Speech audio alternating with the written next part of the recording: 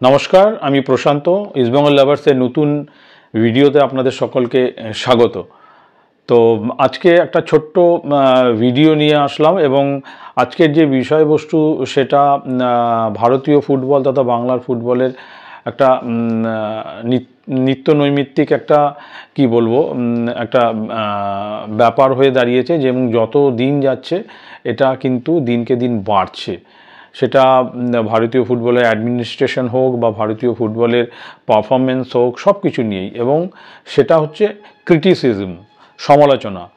এবার এই সমালোচনাটা কি দরকার, আর যদি দরকার হয় সেটা কতটা দরকার, সেটা নিয়ে আজকে আমি এই ভিডিওটা করতে যাচ্ছি বা আলোচনাটা করতে যাচ্ছি। এবার দেখুন, যে কোনো বিষয় সমালোচনাটা অলওয়েজ ওয়েলকাম, সমালোচনা হবেই এবং সেটা হওয়াটা কাম্য আমি মনে করি। এবং কিন্তু এই যে সমালোচনাটা হবে সেটা তার লিমিটটা কত, মানে কতটা বা কী ধরনের সমালোচনা হওয়া উচিত, সেই দিকটা যদি আমরা একটু বিবেচনা করি, তো যেটা হয় সেটা এই সমালোচনা কিন্তু অলওয়েজ একটু গঠনমূলক সমালোচনাটা হওয়াটাই বাঞ্ছনীয়, যাকে আমরা বলি কনস্ট্রাকটিভ ক্রিটিসিজম। তো হঠাৎ করে এই প্রসঙ্গটা কেন উঠল সেটা একটু আপনাদের বলতে গেলে একটু বাংলার ফুটবল তথা ভারতীয় ফুটবলের যে এখন প্রেক্ষাপট চলছে বা যেই ইদানিং যেসব ঘটনাগুলো ঘটছে, সেটা ভারতীয় ফুটবলের অ্যাডমিনিস্ট্রেটিভ থেকে শুরু করে বা ভারতীয় ফুটবল নিয়ে বা ভারতীয় ফুটবলের ক্লাব ফুটবল নিয়ে যেসব জিনিসগুলো হচ্ছে, সেখানে কিন্তু এই ক্রিটিসিজমটা দিনকে দিন বাড়ছে। এবং সেই প্রসঙ্গ নিয়ে বলতে গিয়ে আমি যেটা বলবো, দেখুন, কিছুদিন আগেই সুপার কাপ শুরু হয়েছিল। সেই সুপার কাপে বাংলার দুটো চির প্রতিদ্বন্দ্বী ক্লাব ইস্টবেঙ্গল এবং মোহনবাগান সুপার জায়ান্ট, তারা দুটো করে ম্যাচ অলরেডি খেলে ফেলেছে। ইস্টবেঙ্গল প্রথম ম্যাচ ডেম্পো স্পোর্টসের সঙ্গে ড্র করে এবং গতকাল তারা সেকেন্ড ম্যাচে চেন্নাইকে 4-0 গোলে পর্যদুস্ত করে। অন্যদিকে মোহনবাগান প্রথম ম্যাচে চেন্নাইয়ের সঙ্গে 2-0 গোলে জেতে, কিন্তু গতকাল তারা ডেম্পো স্পোর্টসের সঙ্গে 0-0 ড্র করে। এবার ব্যাপারটা হচ্ছে, ইস্টবেঙ্গল ক্লাব যখন প্রথম ম্যাচটা খেলতে নামে সুপার কাপে, তার আগে কিন্তু কিছু ঝড় বয়ে গেছিলো, কিছু ঘটনা ঘটেছিল ইস্টবেঙ্গল ক্লাবে, যেটা নাকি অনেকটা ব্যাকফুটে ফেলে দিয়েছিল কোচ অস্কার বুজোকে। শিল্ড ফাইনালে সেই হারের পরে কিছু বিতর্কিত মন্তব্যের জেরে কিন্তু এই ঘটনার সূত্রপাত। তো সেখান থেকে ইস্টবেঙ্গল প্রথম ম্যাচটা যখন খেলতে নামে, একটু চাপ ছিল কোচের ওপর, প্লেয়ারদের ওপরে, এবং সবাই আমরা একটু অধীর আগ্রহে বসেছিলাম যে ইস্টবেঙ্গল এই ম্যাচটা কেমন খেলে। কিন্তু সবাইকে অবাক করে দিয়ে কিন্তু ইস্টবেঙ্গল 2-2 গোলে ম্যাচটা ড্র করে। প্রথমে ইস্টবেঙ্গল 1-0 গোলে পিছিয়ে যায়, তারপরে ইস্টবেঙ্গল 2-1 গোলে এগিয়ে যায়, কিন্তু একদম ম্যাচ শেষ হওয়ার একদম নির্ধারিত 90 মিনিটে 1 মিনিট আগে একটা গোল হজম করতে হয় এবং সেটা 2-2 গোলে ম্যাচটা ড্র হয়। এবার আমার বক্তব্য হচ্ছে যে এই ম্যাচটা শেষ হওয়ার পরেই কিন্তু একটা সমালোচনার ঝড় বয়ে যায় পুরো, বিশেষ করে ইস্টবেঙ্গল ক্লাবের যে হেড কোচ অস্কার বুজোর ওপর দিয়ে। আমরা দেখতে পাই যে কিছু এক্স প্লেয়ার বলুন বা কিছু বাংলার কিছু কোচ বলুন, তারা কিন্তু সমালোচনায় জর্জরিত করে দেন এই আমাদের কোচকে, এবং এমনও বক্তব্য শুনতে পাই যে ইমিডিয়েট একে বের করে দেওয়া উচিত। তো এই যে ক্রিটিসিজমটা, এটা কি মানে ঠিক ক্রিটিসিজম হচ্ছে, সমালোচনা হচ্ছে, সেটা নিয়ে আলোচনা। এবার দেখুন, সবারই ক্রিটিসিজম বা সমালোচনা করার অধিকার আছে এবং আমি মনে করি সেটা হওয়াও বাঞ্ছনীয়, কিন্তু সেই ক্রিটিসিজমটা বা সমালোচনাটা যদি একটু গঠনমূলক না হয়, সেখানেই কিন্তু প্রবলেমটা অ্যারাইজ হয়।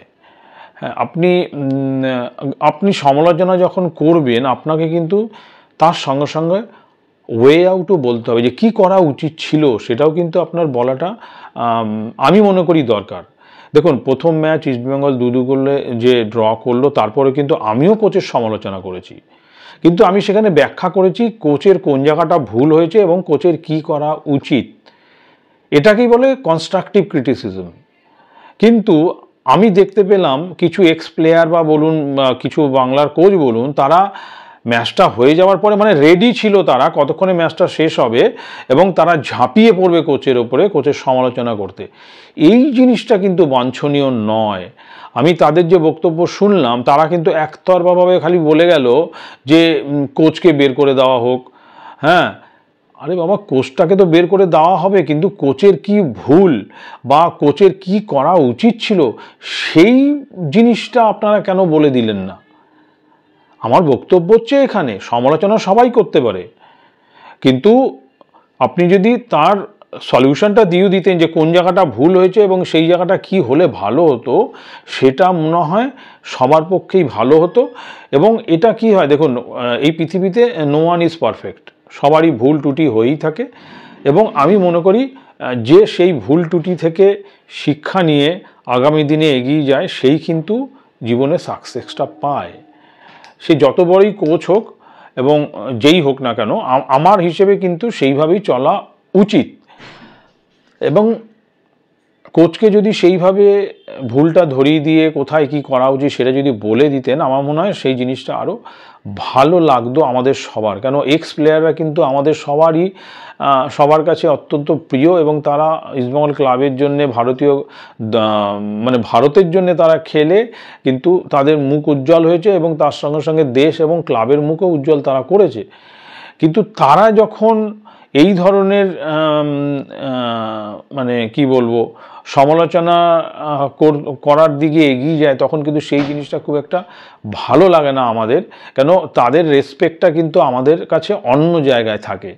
তো আমার বক্তব্য এখানেই, ইস্টবেঙ্গল যেদিন ড্র করলো তার কিছুক্ষণের মধ্যেই কিন্তু তারা এমনভাবে রেড়ে করে উঠলো, মানে সব শেষ হয়ে গেল। আমি কিন্তু গতকালই এই ভিডিওটা করতাম, কিন্তু আমি ওয়েট করলাম এই কারণেই যে দেখি যারা ইস্টবেঙ্গল ড্র করার পরে রেড়ে করে উঠেছিল, মোহনবাগান ড্র করার পরে তাদের কি বক্তব্য। আমি দেখলাম আশ্চর্যজনকভাবে তাদের কিন্তু কোনো বক্তব্য আমি সোশ্যাল মিডিয়ায় বলুন বা প্রিন্ট মিডিয়ায় বলুন, আমি কিন্তু তাদের কোনো বক্তব্যই আমি খুঁজে পেলাম না। এটা কিন্তু আমাকে ভীষণভাবে হতাশ করেছে। এবং আরেকটা জিনিস আমি বলতে চাই, এই ডেম্পো স্পোর্টস ক্লাবটা যে ইস্টবেঙ্গলের সঙ্গে ড্র করলো, সেখানে আমি দেখলাম সবাই ইস্টবেঙ্গল ক্লাবকে নিয়েই পড়ে গেল এবং ইস্টবেঙ্গল কোচের মানে দোষ ত্রুটি খুঁজতে শুরু করে দিল। কিন্তু তারা কিন্তু কেউ একবারও ডেম্পো স্পোর্টস ক্লাবের ছেলেদের যে অদম্য জেদ নিয়ে তারা ফুটবলটা খেললো, তাদের কিন্তু কেউ প্রশংসা করলো না। তাদের প্রশংসা কিন্তু অবশ্যই প্রাপ্য ছিল। ইস্টবেঙ্গল বাজে খেলেছে না ডেম্পো স্পোর্টসের ছেলেরা ভালো খেলেছে, সেটা তো উল্লেখ করা উচিত ছিল না। মানে তারা যে ইস্টবেঙ্গল ক্লাবের এই মানে 6 জন বিদেশিকে নিয়ে যে প্লেয়ারদের খেলতে দেয়নি, তার জন্য তো অবশ্যই তাদের প্রশংসা প্রাপ্য ছিল না। সেটা কি তারা কেউ করেছে?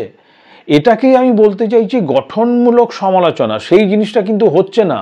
মনে হচ্ছে আমার সঙ্গে কারুর আক্রোশ হয়েছে, আমি তার উপরে আমার ঝালটা মিটিয়ে নিলাম। এই জিনিসটা হলে তো ভারতীয় ফুটবল এগোবে না, কোথার থেকে এগোবে? তো আমার বক্তব্য সেখানেই, ইস্টবেঙ্গল ক্লাবের নয় কোচ খারাপ, পাতে দেওয়ার যোগ্য না, উনি ম্যানেজমেন্ট জানেন না, ওনার ম্যাচ রিডিং জঘন্য, সবই মেনে নিলাম। ইস্টবেঙ্গল ক্লাবের বিদেশিরাও ভালো না, এভরিথিং ইজ ওকে, যার জন্য ইস্টবেঙ্গল ক্লাব খারাপ খেলে মীমাংসিত হয়েছে। কিন্তু মোহনবাগান সুপার জায়ান্টে কেন ড্র করতে হলো? তাদের তো 6 জন বিদেশির মধ্যে 2 জন আবার বিশ্বকাপার, তাদের কোচ খুব স্বনামধন্য কোচ। স্পেনের মতো দেশে যারা নাকি এখন বিশ্বের 1 নম্বর দল, সেই টিমের এই কোচ কিন্তু সেই টিমের স্পোর্টিং ডিরেক্টর ছিলেন এক সময়। মানে খুব হাই র্যাঙ্কের কোচ, প্লাস যে মোহনবাগান সুপার জায়ান্টের যে টিম বাজেট সেটা কিন্তু অলমোস্ট 70 কোটি টাকা, এবং ভারতবর্ষের তো 1 নম্বর টিম। তারা এত বাজেটের টিম করে, এত হাই প্রোফাইল কোচ নিয়ে, 2খানা বিশ্বকাপার নিয়ে, 6 জন কোয়ালিটি ফরেনার নিয়ে তারা কেন ড্র করলো ডেম্পো স্পোর্টসের সঙ্গে? সেটা কি কেউ খতিয়ে দেখলেন? আসল জায়গাটা কি জানেন তো? ভারতীয় ফুটবলের ডেম্পো স্পোর্টসের বাচ্চা ছেলেটা যে ফুটবল খেলে, দুটো হাই হেভিওয়েট টিমকে যে রুখে দিল, তার বন্দনা কিন্তু কেউ করছে না। আমি সেটাই অবাক হয়ে যাচ্ছি। না আমি নিউজ প্রিন্টে পেলাম, না আমি সোশ্যাল মিডিয়ায় পেলাম সেই বাচ্চা বাচ্চা ছেলেদের জন্য তাদের প্রশংসাসূচক কথাবার্তা, কেউ বলল না। কেন এই গঠনমূলক আলোচনা বা সমালোচনাটা কেন হবে না? এবং এই সমালোচনা যখন গঠনমূলক হবে না যতদিন, ততদিন কিন্তু ভারতীয় ফুটবল এইভাবে পিছতেই থাকবে। কালকে থেকে আজকে পর্যন্ত আমি কারুর মুখে এই কথাটা শুনলাম না, বা যারা ধরুন ইস্টবেঙ্গল ম্যাচে ড্র হওয়ার পরে এই মানে সমালোচনার ঝড় বয়ে দিয়েছিল, তাদের মুখ থেকে কিন্তু মোহনবাগান সুপারজেন্টকে নিয়ে একটা বাক্য আমি শুনতে পেলাম না। তার মানে কি তারা যারা এইভাবে রেড়ে করে উঠলো, তাদের কি কোনো অন্য কোনো উদ্দেশ্য ছিল? তারা কি অন্য কোনো উদ্দেশ্য নিয়ে এই সমাজ মাধ্যমে এসে কোচের বিরুদ্ধে বিষোদ্গার করলেন? তার মধ্যে একজন এক্স ইস্টবেঙ্গল প্লেয়ার আবার তো থাংবই সিংটোকে নিয়ে পড়ে গেলেন। খুব ভালো, থাংবই সিংটোকের উনি বলছেন যে ওনার এটা করা উচিত ছিল, উনি তাহলে কিসের জন্য আছেন? আমার বক্তব্য হচ্ছে যে থাংবই সিংটো জয়েন করার পরে ইস্টবেঙ্গল ক্লাবের কি কি উন্নতি হয়েছে বা কি কি অবনতি হয়েছে সেটা তো পুরোটাই তুলে ধরা উচিত না? আপনি খালি একটা ইনসিডেন্টকে হাইলাইট করে তার দিকে তীরটা ছুঁড়ে দিচ্ছেন, কিন্তু তার ছাড়াও যে আরও অনেক পজিটিভ সাইডগুলো হচ্ছে সেগুলো তো আপনি ধর্তব্যের মধ্যে ধরছেনই না। আমি একটা ছোট্ট উদাহরণ দিচ্ছি। এবার ইস্টবেঙ্গল টিমটা যে এতটা ফিট, বা ইস্টবেঙ্গল টিমের যে প্লেয়ার নির্বাচন, সেটা তো অন্যান্য বারের তুলনায় অনেক ভালো। সেই দিকটা তো আপনারা কেউ তুলে ধরছেন না। এবং তাতে যে থাংবই সিংটোর একটা বড় রোল প্লে করেছে থাংবই সিংটো, সেটা তো কেউ আপনারা তুলে ধরছেন না। কোথায় একখানা ছোট ইনসিডেন্ট হয়েছে একটা গোলকিপার কোচের সঙ্গে হেড কোচের, সেটাকে নিয়ে আপনারা পড়ে গেছেন এবং সেখানে বলছেন যে থাংবই সিংটোর তাহলে কি রোল? একটা ছোট ঘটনাকে আপনারা বড় করে দেখাবেন, আর বাদবাকি যে ভালো ভালো জিনিসগুলো সেগুলো আপনারা হাইলাইট করবেন না। এটা তো হতে পারে না, এটা তো কোনো গঠনমূলক সমালোচনা হচ্ছে না। তো এইসব করে আপনারা কি লাভ পাচ্ছেন আমি বুঝতে পারছি না।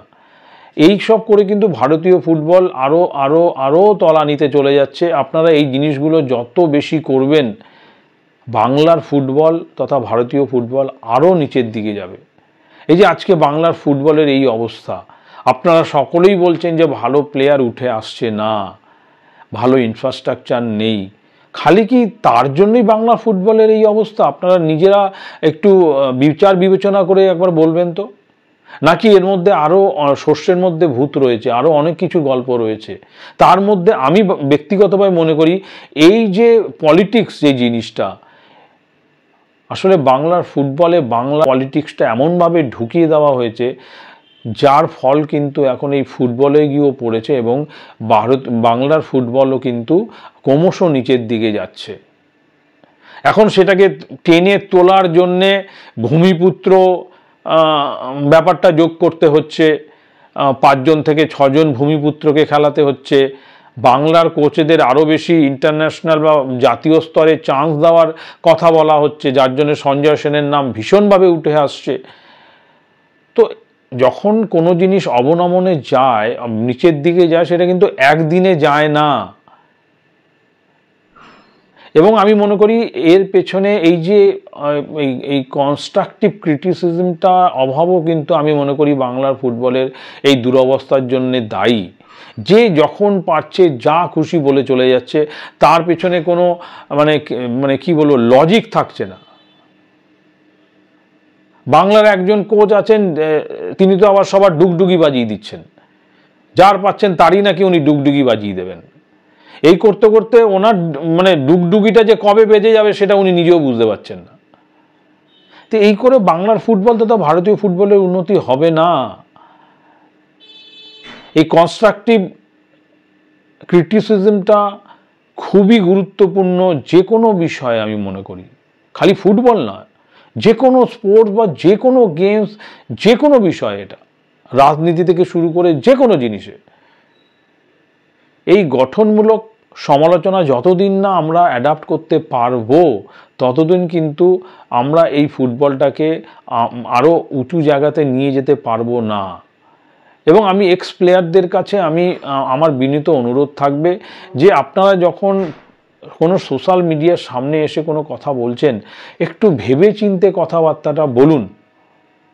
বিলো দ্য বেল্ট কথা সবাই বলতে পারে, আমিও এখনও বলতে পারি, এখন, কিন্তু এটা তো কাম্য না। আপনি যখনই কাউকে নিয়ে কথা বলছেন কিছুটা তো আপনি সৌজন্যবোধ দেখাবেন।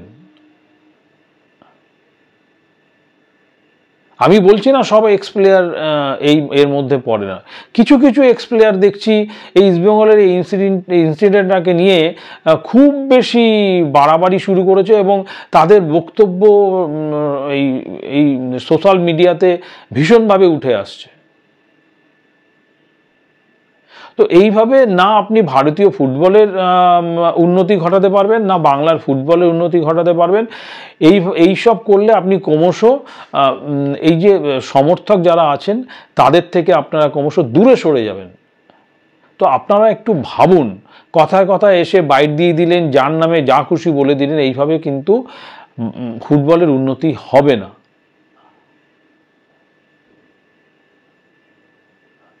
কথায় কথায় এসে আপনি আপনার মনে যা খুশি আপনি বলে যাবেন, এটা তো হতে পারে না। আপনি যেমন অন্যের নামে বলছেন আপনার নামেও তো অনেক কিছু বলা যেতে পারে, পারে নাকি? অবশ্যই পারে। আমি তার জন্যই বলছি যে কোনো সমালোচনাই গ্রহণযোগ্য যদি সেটা কনস্ট্রাকটিভ হয়, যদি গঠনমূলক হয়। 100 বার সবাই সেটা মেনে নেবে। ইস্টবেঙ্গল ক্লাব কি এমন বাজে খেলছে যে এতটা সমালোচনার মুখে পড়তে হবে, এবং এটা যে ইচ্ছাকৃত হচ্ছে এটা কিন্তু সবাই বুঝতে পারছে ব্যাপারটা। এবং আমি আমাদের ইস্টবেঙ্গল সমর্থকদের কাছেও অনুরোধ রাখবো যে আপনারা কিন্তু এইসব ফাঁদে পা দেবেন না, এবং আপনারা অনেক ম্যাচিওর্ড আমি জানি, আপনারাও একটু ভেবেচিন্তে ডিসিশনটা নেবেন। আমরা এখন খুব ভালো জায়গায় আছি এবং আমি আশা করছি 31 তারিখে আমরা ডার্বি ভালো ফুটবল খেলে এবং জিতে আমরা নেক্সট রাউন্ডে যাব। অতএব আমাদের অ্যাজ এ কোচের যেমন টিমকে পরামর্শ দিয়ে টিমের কাজটা করে কোচ, তেমনি আমাদেরও অ্যাজ এ দর্শক আমাদেরও কিন্তু দায়িত্ব থাকে টিমের পাশে থাকা এবং টিমকে মোটিভেট করা এবং এনকারেজ করা। তো আসুন আমরা সবাই মিলে সেই শপথ নিই যে আমরা সমালোচনা অবশ্যই আমরা গ্রহণ করব, কিন্তু সেটা যদি কনস্ট্রাকটিভ সমালোচনা হয়, ক্রিটিসিজম হয়, এবং আমরা টিমের পাশে আছি এবং থাকব, এবং আমি আশা রাখি আমরা এই সুপার কাপে ভালো ফল করব। তো আজকে ভিডিওটা এইটুকুনি। আপনারা সকলে ভালো থাকবেন। শুভরাত্রি।